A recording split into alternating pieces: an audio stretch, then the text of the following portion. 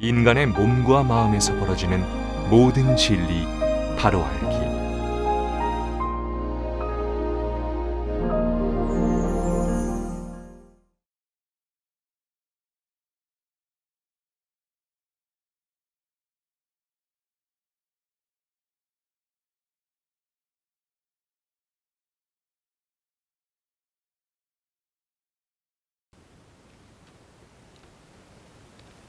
하여 석가모니는 과학지도도 아닌데도 제자들아, 평화의 길로 가는 길은 오직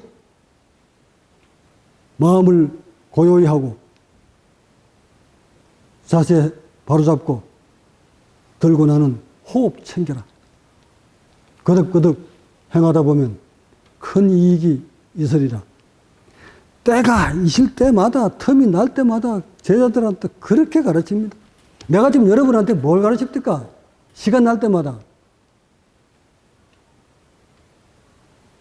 몸 이완시키고, 어디에 굳어있는지 살피고, 호흡이 어떻게 들어오는지 살펴라.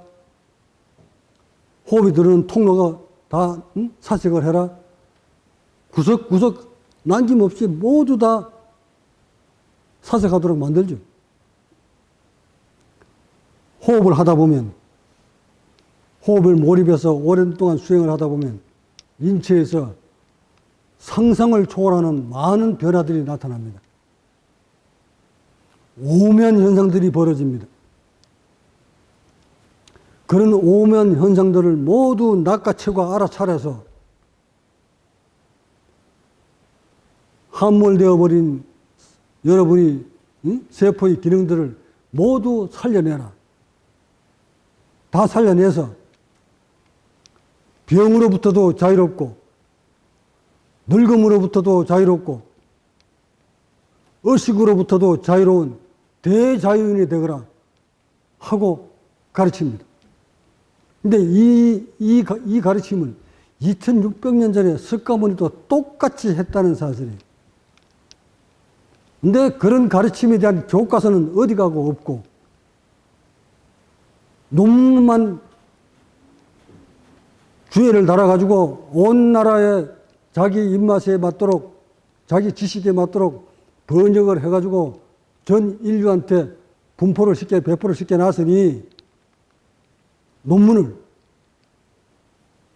많은 사람들이, 수행자들이 호흡을 어떻게 해야 되는지도 모르고 호흡이 어떤 원리로 들고 나는지도 모른 채 무차별적으로 이제 요즘 초기 경쟁 되다 보니까 호흡하라, 호흡하라고 하니까 이제 그거 들고 앉아가지고 호흡하려고 해봅니다. 많은 명상가들이, 많은 수행자들이 이제서 호흡하라고 하니까 호흡하려고 덤벼들어보지만 이 가련한 수행자들이 호흡이 어떤 원리로 들어갔다 나갔다 하는지 조차도 모릅니다. 저 티벳 스님들 중에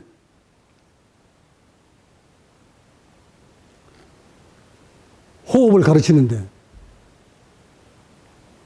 이 호흡의 원리를 모릅니다. 티벳 같으면 3,500~600m 되는 그런 고산지대에서 산소 포화도 12~13%밖에 안 되는 그런 지역에서 그 수행자들이 호흡을 하려고 앉아서 호흡의 은임을 더 보지만 호흡의 원리조차도 모르는 수행자들은 무차별적으로 호흡하다가 모두 병을 얻어서 깨달음은 고사하고 일찍 흙으로 돌아갑니다. 고통스럽게. 호흡신경 건들면 무척 고통스럽습니다. 호흡신경 다치면 다시는 되돌릴 수 없을 정도로 고통 속에 헤매다 죽습니다. 지금 수행자들 전 세계가, 작금 수행자 세계가 지금 이처럼 이렇게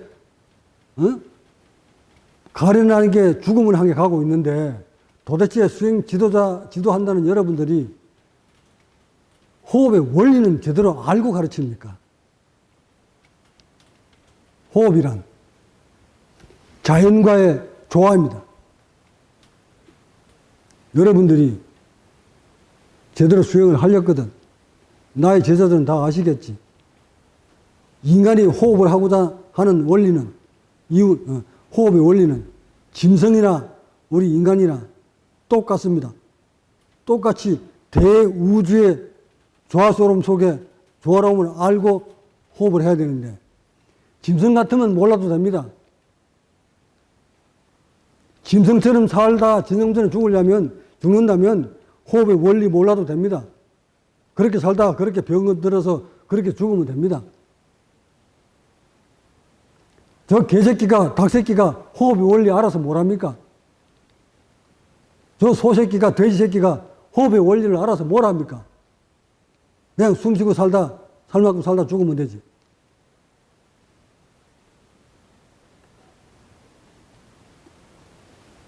적어도 인간이라면, 인간으로 태어났다면, 또한 그 중에서 수행자로 태어난 여러분이라면, 수행자라면, 불교 인류의 스승이신 석가모니, 석존이 일러준 호흡에 대한 얘기는 왜 관심은 가진조차 두지 않고, 왜 그 어른이 호흡으로 하라고 했는지, 호흡은 도대체 무엇인지, 호흡의 원리는 어디에 있는지, 이 정도는 알고 수행을 해야 되는 거 아닙니까? 일반인들이야 모른다 치더라도 부처님이 가신 길을 따라서 가시겠다면, 불교 종토로 여러분이 가시겠다면, 인간의 본성을 한번 회복해 보고 싶다면, 인간의 본성을 회복하신 석가의 말을, 가르침을 들어야 되고, 그 길을 먼저 간 제 말을 들어야 되는 거 아닙니까? 여러분보다 오랜 동안 수행 기간을 통해서 저의 몸이 변화된 모습을 보고, 저의 변화된 세포를 보고, 저의 모습을 보고, 여러분이 저의 가르침이 맞다고 판단되면 제가 하라는 대로 하셔야 되는 거 아닙니까? 제가 가르쳤던 주된 내용이 호흡이라면, 호흡의 원리를 알아라고 가르쳤다면 여러분이 호흡의 원리를 아셔야 되는 거 아닙니까? 호흡의 원리가 뭡니까? 어떤 원리로 여러분은 호흡을 합니까? 짐승들은 몰라도 좋다고 했습니다.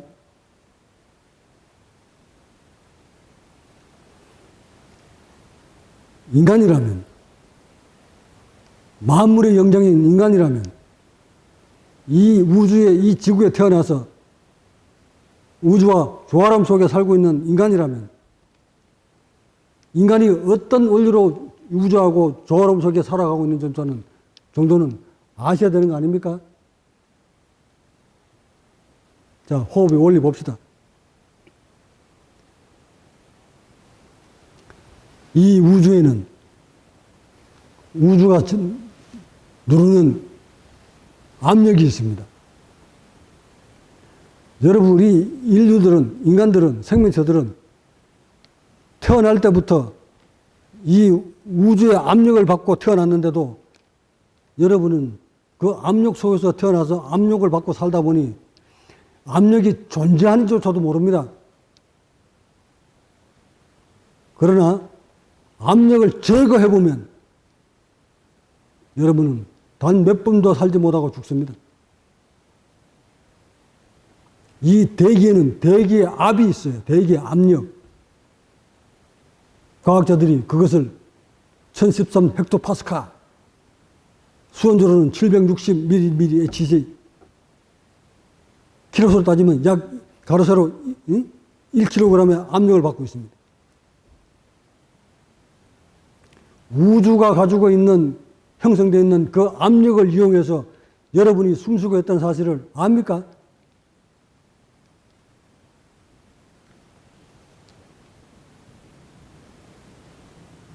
이 콧구멍으로 산소가 들어오려면, 이 대기 중에 압력이 없으면 콧구멍으로 산소가 들어오지 않게끔 되어 있는데, 압력이 없어도 사시겠다고? 그러면 이런 큰 도라부터 같은 데 들어가서 압력을 한번 딩공을 만들어 보세요. 여러분 살 수 있나?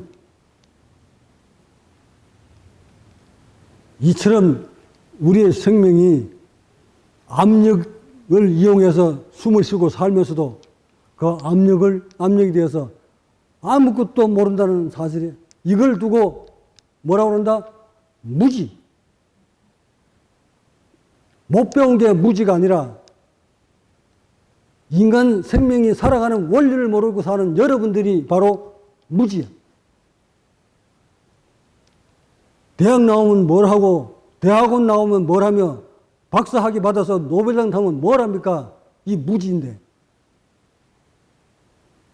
자기 세포가 살아가는 원리조차도 모르는, 숨조차 쉴 줄 모르는 여러분들이 지식만 머릿속에 잔뜩 담아가지고 그거 어디다 써먹습니까? 상 내는 데면 써먹지. 내가 잘났네, 못났네. 내가 많이 배웠네. 내가 돈 많이 벌었네. 내가 명예가 높네. 내가 노벨상 탔네. 너보다 내가 잘생겼네. 이런 것들만 하실 줄 알지. 숨 제대로 쉴 줄 압니까? 70조, 100조 되는 세포 하나 목에 설릴 줄도 모르는 여러분이 세포에 대해서 아무것도 모르면서 그 세포에 대해서 모른다는 것은 본성을 모른다는 것을 의미하는 거예요. 세포를 아는 것이 바로 본성을 아는 거예요.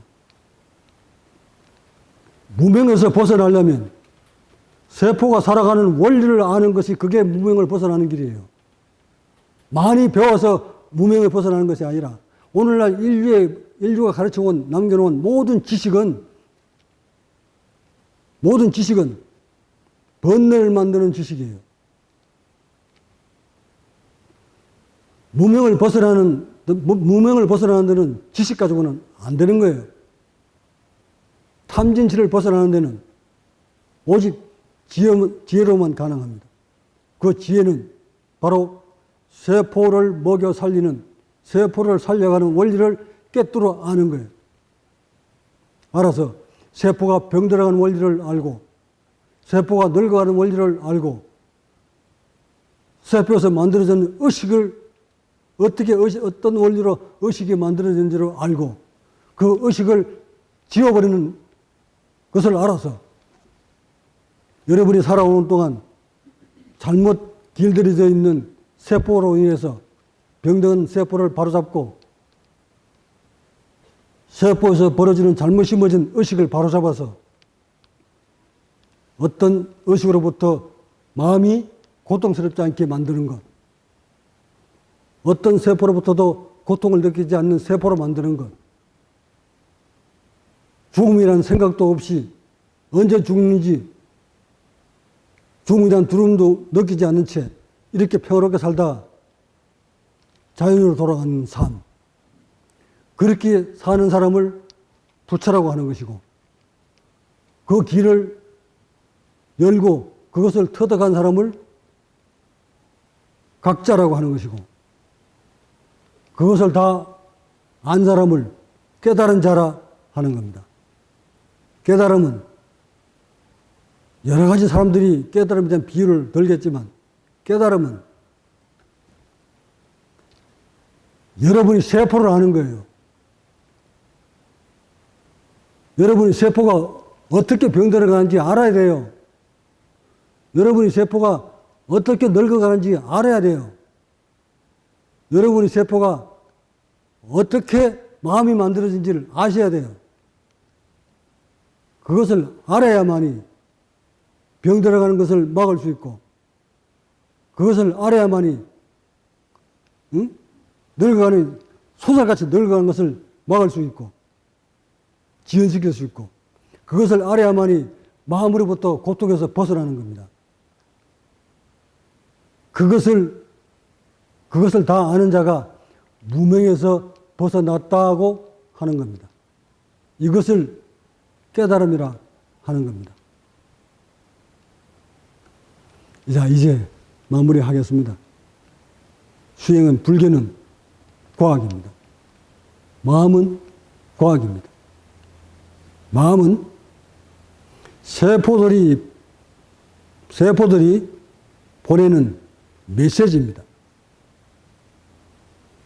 마음은 절대적인 산소와 연관되어 있습니다.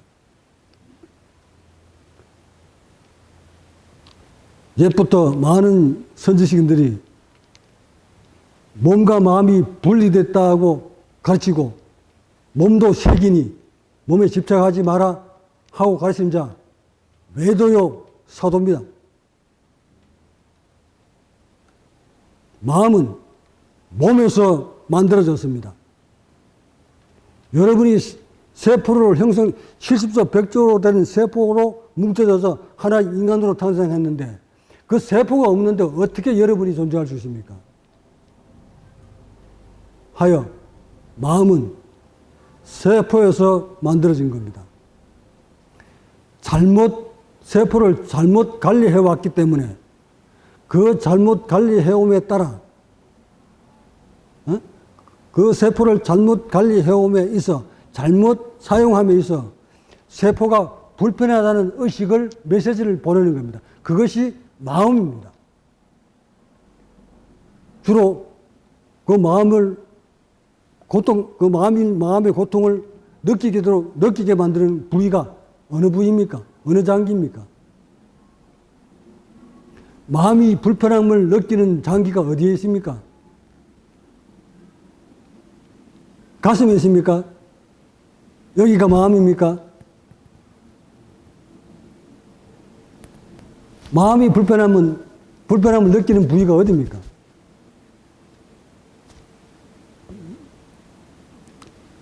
가슴이 답답함을 느끼는 부위는, 느끼는 곳은 어디입니까? 감지하는 곳은? 머리입니까? 머리죠. 그러니까 가슴이 답답한 걸 느끼는 건 머리가 느끼는 거예요. 손가락이 아프면 어디가 아픕니까? 손가락이 아픕니까? 머리가 아픕니까?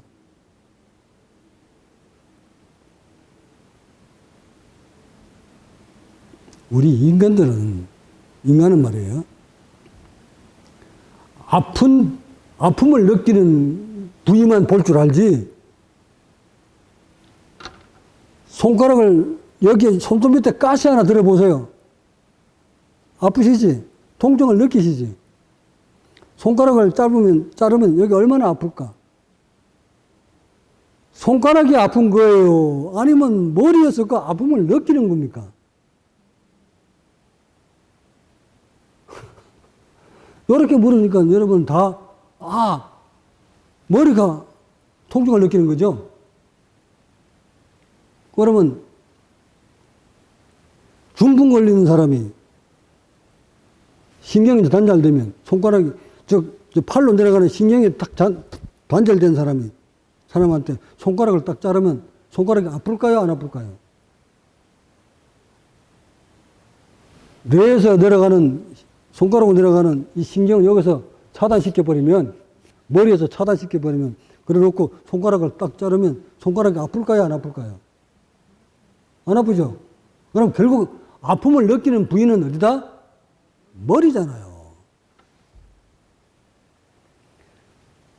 우리의 머리는 전 세포들을 관리합니다. 전 세포들을.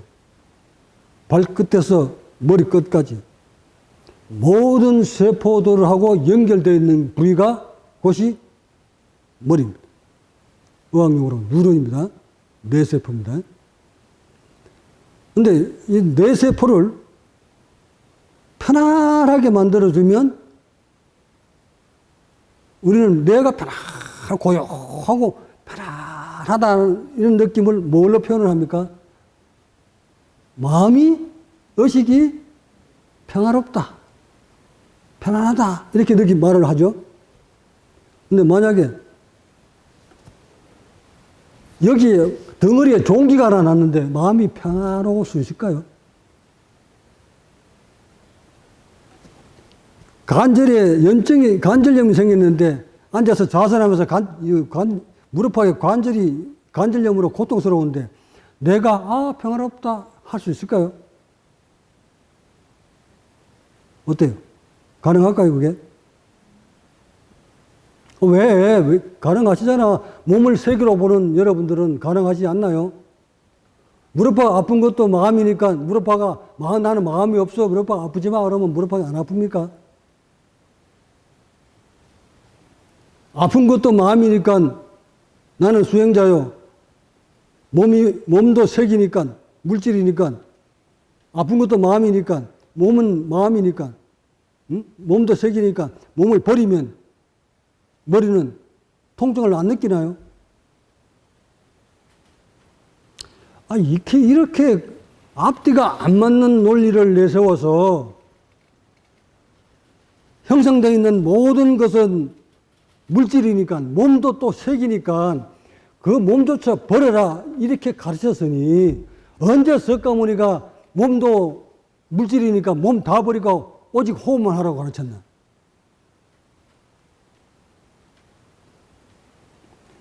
그래서 결국 몸 따로 마음 따로 아니죠. 몸이 곧 마음이요. 마음은 세포의 메시지다. 세포가 평화로워야 뇌도 평화롭다. 세포가 병들면 뇌도, 감지하는 뇌도 통증을 느낀다. 그 통증이 느끼면 머리는 불편하다. 우리는 그것을 마음이라고 표현을 이렇게 하죠. 근데 결국 세포를 평안하게 만들어주려면 세포가 살아가는 원리를 알아야 돼요. 세포가 살아가는 원리. 세포가 어떻게 해주니까 좋아하더라는 원리를 아셔야 돼요. 그것을 알아서 바로 잡아놓는 것이 바로 수행이고 그걸 완벽하게 다 회복시키는 것이 깨달음이에요. 깨달음은 바로 몸을 가지고 우리는 마음을 정복해야 되기 때문에 몸을 먼저 안 다음 마음을 정복하는 거예요. 마음을 정복하려면 반드시 몸을 먼저 알아야 됩니다. 왜? 마음은 몸이 주는 메시지니까. 해서 몸부터 꿰뚫어 알아야 되고 몸을 알기 위해서 기초적인 것이 앉아서 들뜬 마음을 고요히 하고 자작 곧바로 펴서 호흡 챙기는 거예요. 호흡을 끝없이 챙기다 보면 호흡이 어떨 때 잘 들어오고 어떨 때는 안 들어오고 어떨 때는 깊게 들어오고 어떨 때는 낮게 들어오고 호흡이 적게 들어오면서 의식이 어떻게 움직이고 몸이 어떻게 답답해지고 이런 것을 다 호흡을 통해서 체득을 합니다. 이것을 알게 되면 끝없는 사색을 통해서 명상을 통해서 호흡을 관하다 보면 머지않아 호흡 하나에 나의 세포와 자신의 마음이 어떻게 움직이는지를 포착을 합니다. 그러면서 몸 전체가 병들었던 몸들이 세포들이 서서히 회복돼 갑니다. 그러면서 소위 도교에서 말하는 임동맥이 열립니다. 수행 쪽으로 보면 도교가 훨씬 더 앞서 있습니다. 과학적인 것이나 이론적인 것이나 용어, 모든 용어를 쓰는 것들을 보면 도교가 훨씬 더 세밀하게 나와 있습니다. 우리 불교에는 아직 그런 수행 지침서가 없습니다. 그래서 저와 저의 제자들은 그런 수행 지침서 하나 만들어서 세상에 남겨놓고자 이렇게 목이 터져라 외쳐대는 겁니다. 자, 마무리합니다. 여러분들이 지도자인 저를 느낄 수는 없습니다. 여러분이 나의 세포가 아니기 때문에 여러분들이 내 입에서 나오는 침같이 여러분은 나오지 않기 때문에, 여러분들이 내 머리에서 나오는 호르몬이 나처럼 여러분이 나오지 않기 때문에, 여러분이 숨쉬는 방법과 내가 숨쉬는 방법이 다릅니다. 그렇다고 해서 그렇기에 여러분들이 나를 느낄 수가 없습니다. 느낄 수가 없다고 법이 없느냐? 사람들은 여러분한테 여러분 지도자인 적광스승을 믿느냐 하고 묻는다죠. 여러분은 날 믿습니까? 여기 계시는 여러분들은 지도자인 저를 믿습니까? 왜 대답을 못 하시나요? 믿습니까? 뭘로 믿습니까?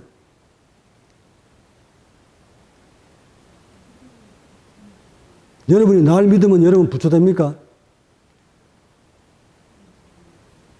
여러분이 나를 믿기만 하면 부처가 되는 겁니까?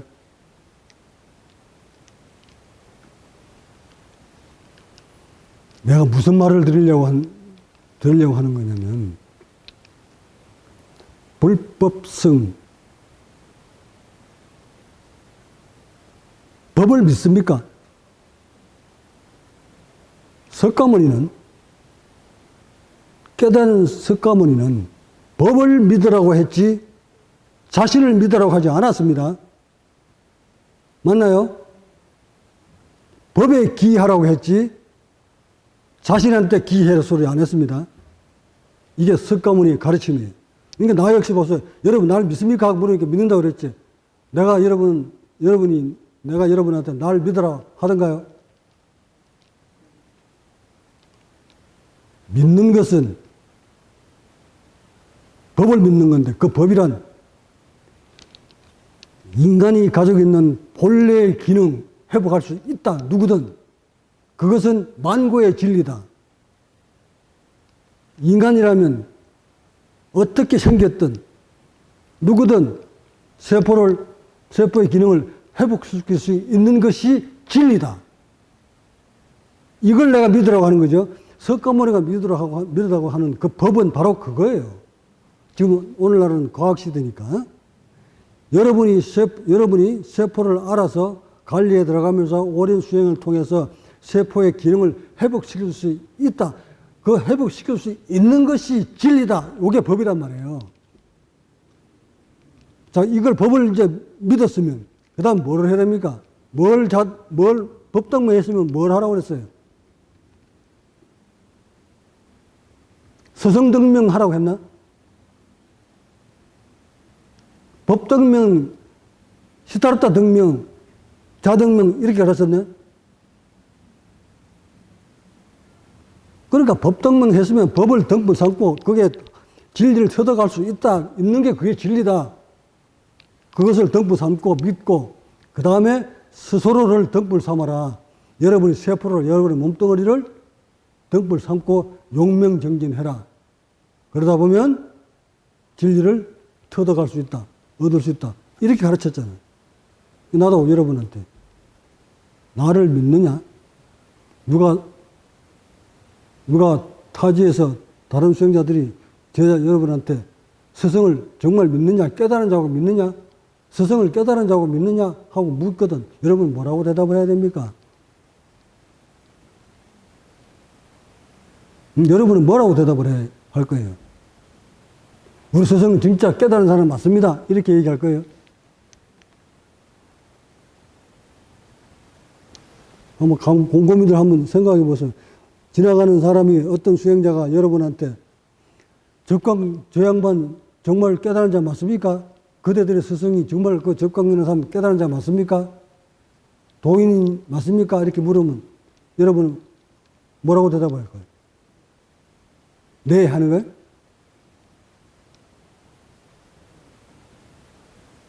그게 오울이란 말이야. 여러분은 중생들은 이렇게 대답해요. 100% 아니 120% 믿어요. 내가 느끼기에는 이 제자들이 느끼기에는 우리 스승은 정말 부처님이에요. 당대에 2000년마다 한 번씩 나올 똥 말고 하는 그런 위대한 스승이에요. 하고 이렇게 대답을 했다고 봅시다. 만약 그 상대가 그것을 뭘로 증명합니까? 이렇게 물어보면 어떻게 할래? 스승이 깨달은 자의 인물, 부처된 인물, 된 자의 인물, 여러분들은 그대는 뭘로 증명할래? 그러니, 그렇게 묻는 자도 아직 중생이고, 그렇게 물어오니까 여러분은, 맞아요, 우리 스승님은, 보세요, 육교도 섰고요, 팔도 길고요, 몸이 점점 날이 갈수록, 5년 전하고 지금하고 다르고요, 세포도 다르고요, 그 양반 늙지도 않고요, 내일 모레 70도 밑자리 깔아놓도 늙지도 않고요, 점점 날이 갈수록 몸에 변화가 오고요, 확실히 깨달은 사람 맞습니다. 여러분, 인체에 대해서, 몸에 대해서 모르는 게 없어요. 마음에 대해서도. 그래서 저희들은 그렇게 따라가 보니 그대로 우리도 그런 느낌이 오고 그렇게 변화가 옵니다. 그래서 우리는 믿습니다. 그분이 부처님을 믿습니다. 이렇게 답을 할까요?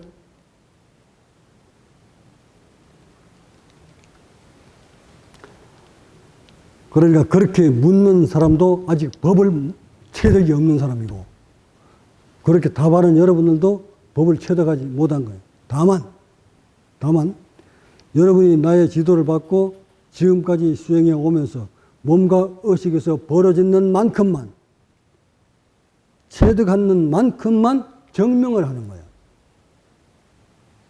수행을 가르치는 대로 이렇게 해보니까 이렇게 됐습니다. 그런데 스승이 부처냐 아니냐는 나도 모른다. 다만 법을 믿는다. 우리들 제자들은 법이 있다는 것을, 진리가 있다는 것을 우리는 믿는다. 믿고 내 몸을